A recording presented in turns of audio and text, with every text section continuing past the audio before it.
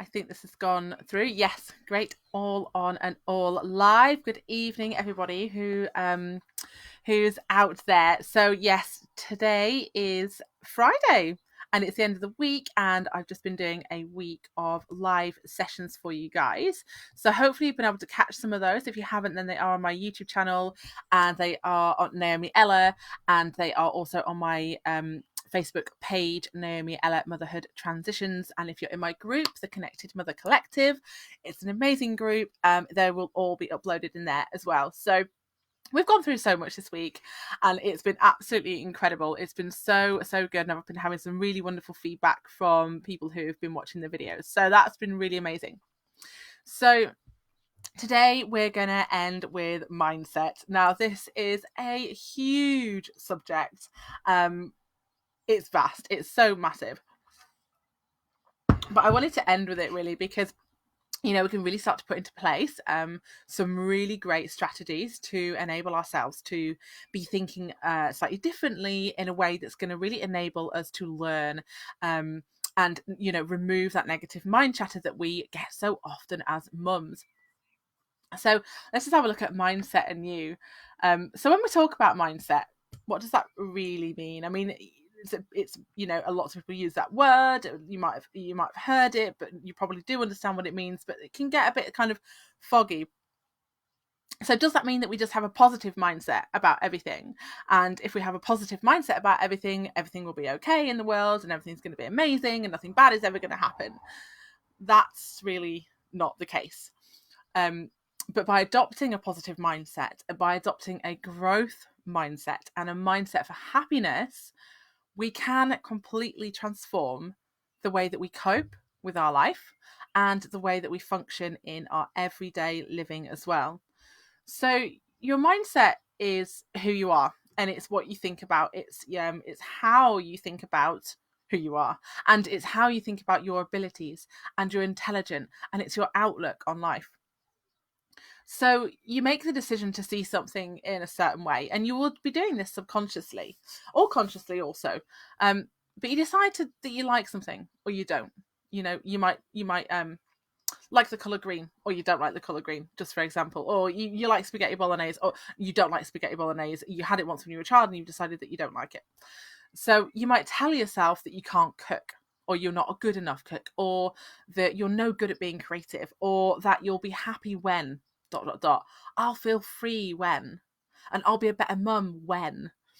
So there's two amazing researchers around mindset and emotional intelligence, and these are two of my absolute favorite ladies to read about, to watch their TED Talks, to study. I really connect with their studies and their theory and their opinions. So firstly, there's a lady called Carol Dweck, who lots of people would have come across. She's completed numerous studies on what happens to our brains when we adopt a growth mindset. So she says that people with a fixed mindset believe that these qualities are inborn. They're fixed and they're unchangeable. Those with a growth mindset believe that these abilities can be developed and strengthened by the way of commitment and hard work. So, in terms of sort of our everyday situations, mindset would be, I'm no good at that.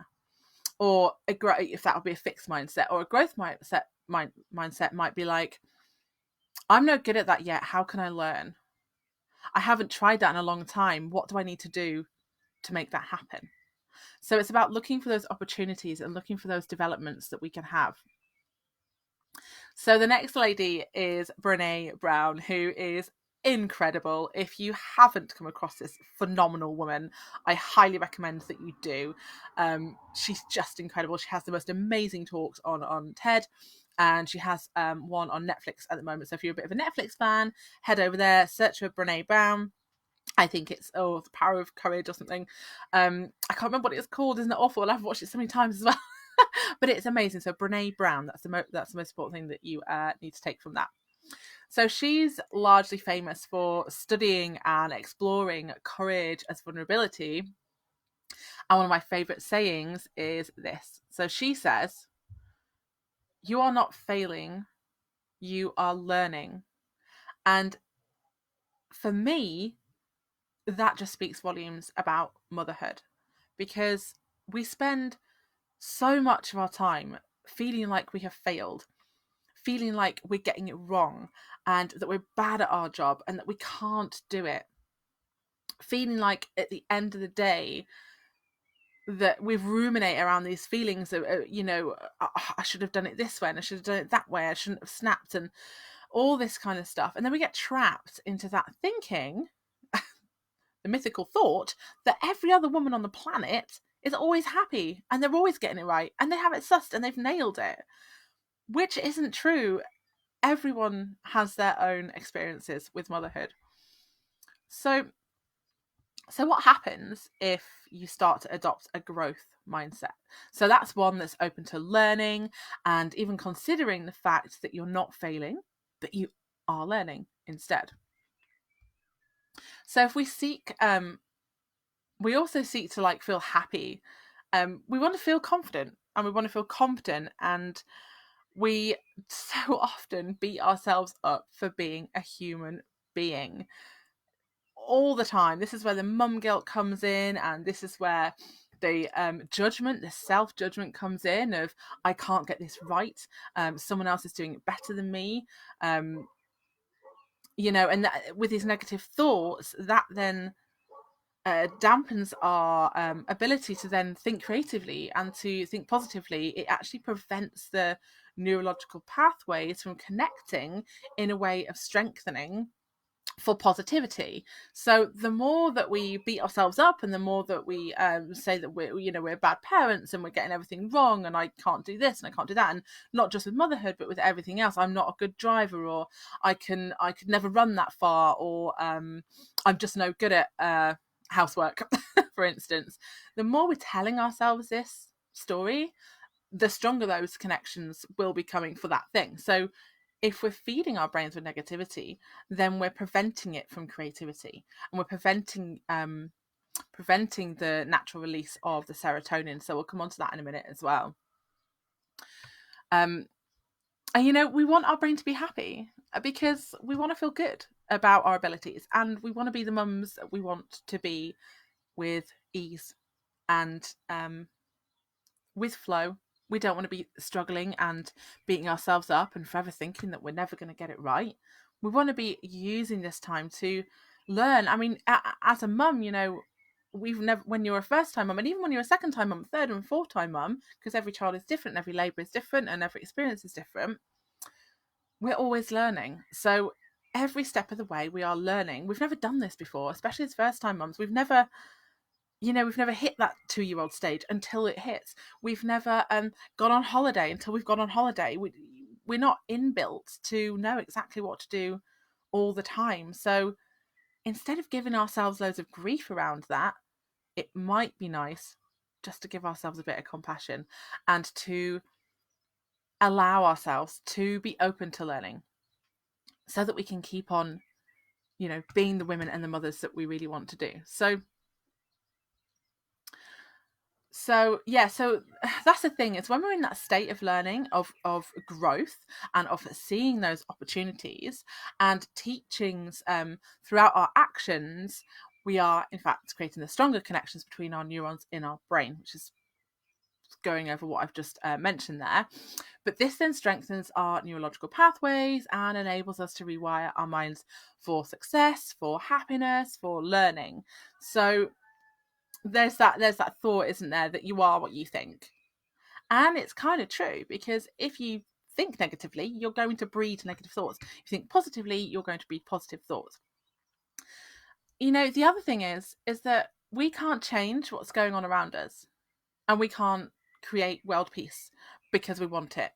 We can do our own version of that in our own environment, but we can't stop what goes on globally, and we can't stop what another person thinks or what they feel or what they believe, or even how they decide to run their lives. But, and this is the big but, that you can decide on how you want to react. you can decide on how you want to respond and how you want to behave and how you then want to share this with the world. So when we adopt that mindset for growth and for learning and for reflection and self-awareness and opportunity, we're happier. So instead of diving into those negative mind chatters at the end of the day, how about you ask this? What can I learn from this? How can I improve? And ask yourself things like, how could I deal with that differently? So it's about opening yourself up to those self-reflections and adopting that kind of state of mind where you're aware of what's going on, and instead of going down the negative rabbit hole, you take an observational reflection on what's going on and you consider, how can you learn from that? What else is there that we can tap into that's going to support our function, that's going to nurture our function, that's going to enable us to grow and to feel that inner happiness? So I just want to talk a little bit about happiness now and what this does to our brain and how that then affects our function in our everyday lives, basically. So negative mood, as I've just kind of said as well, it disturbs your interaction with your environment. So that's affecting your ability to perceive, that's affecting your ability to remember, and it reinforces existing or creates the new neural connections. Well, being happy improves your ability to be more cognitively alert and more productive. So being happy is great. We all want to be happy, don't we? But what's really happening behind that lovely, fluffy feeling is that it's stimulating the growth of the nerve connections in our brain. It's improving cognition by increasing the mental productivity that's going on in our brains. It improves your ability to analyze and to think. So that's where your self-reflection comes in, and that's where your awareness comes in. And how can I do this differently? How could I learn differently? So you see how it's all kind of intertwining with each other, the happiness, the growth mindset, the opportunity, the seeking opportunity, and the prevention of negative mind chatter. So by exploring this, it also affects your views of your surroundings, and it increases attentiveness. When you have a child, your attentiveness can be shot a little bit because you're dealing with a small human being, and you never really get anything else done. So it can increase that attentiveness to be in the moment and to be present.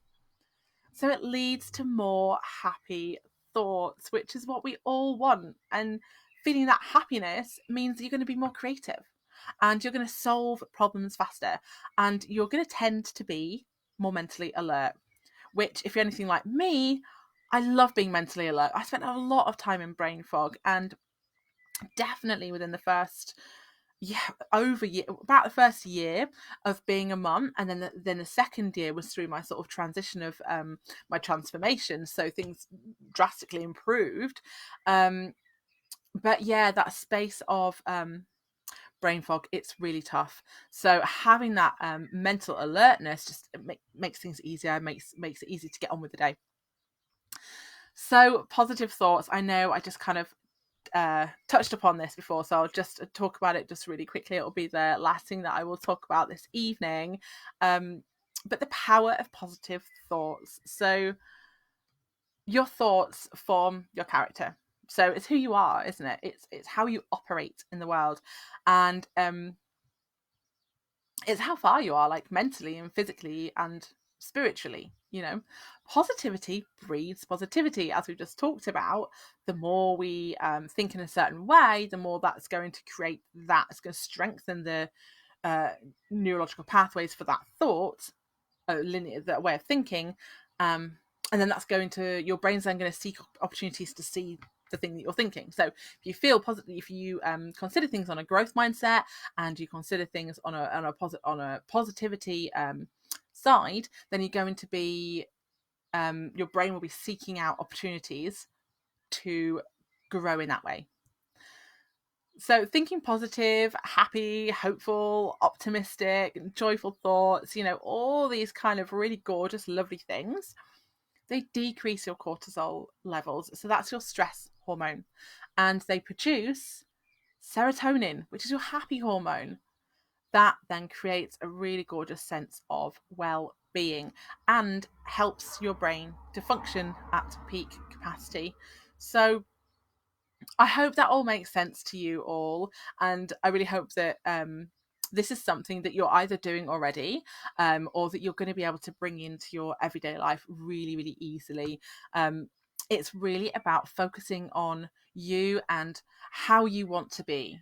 How do you want to be as a mum? Where do you see yourself in a few years' time? What else do you want to draw in from your surroundings around you? Do you want to be trapped in a negative thought bubble with things that seem to not be going right all the time, or do we actually just want to take control of that and start to put the wheels in motion and build upon our neurological pathways? It's in strengthen, and then we see things differently. We attract things differently. So we have the choice to decide on how we want to feel, how we want to tackle situations, and how we're going to learn from all of this. So that's everything for this evening. That was my mindset little session. It would be amazing to see you over in the Connected Mother Collective over on Facebook. It's a really gorgeous, nourishing, nurturing group. I will also put a link up at the end of this as well for signing up to my mailing list, because very soon I'm going to be releasing a monthly membership, which is going to be incredible. It's full of occupational therapy, yoga, nutritional therapy.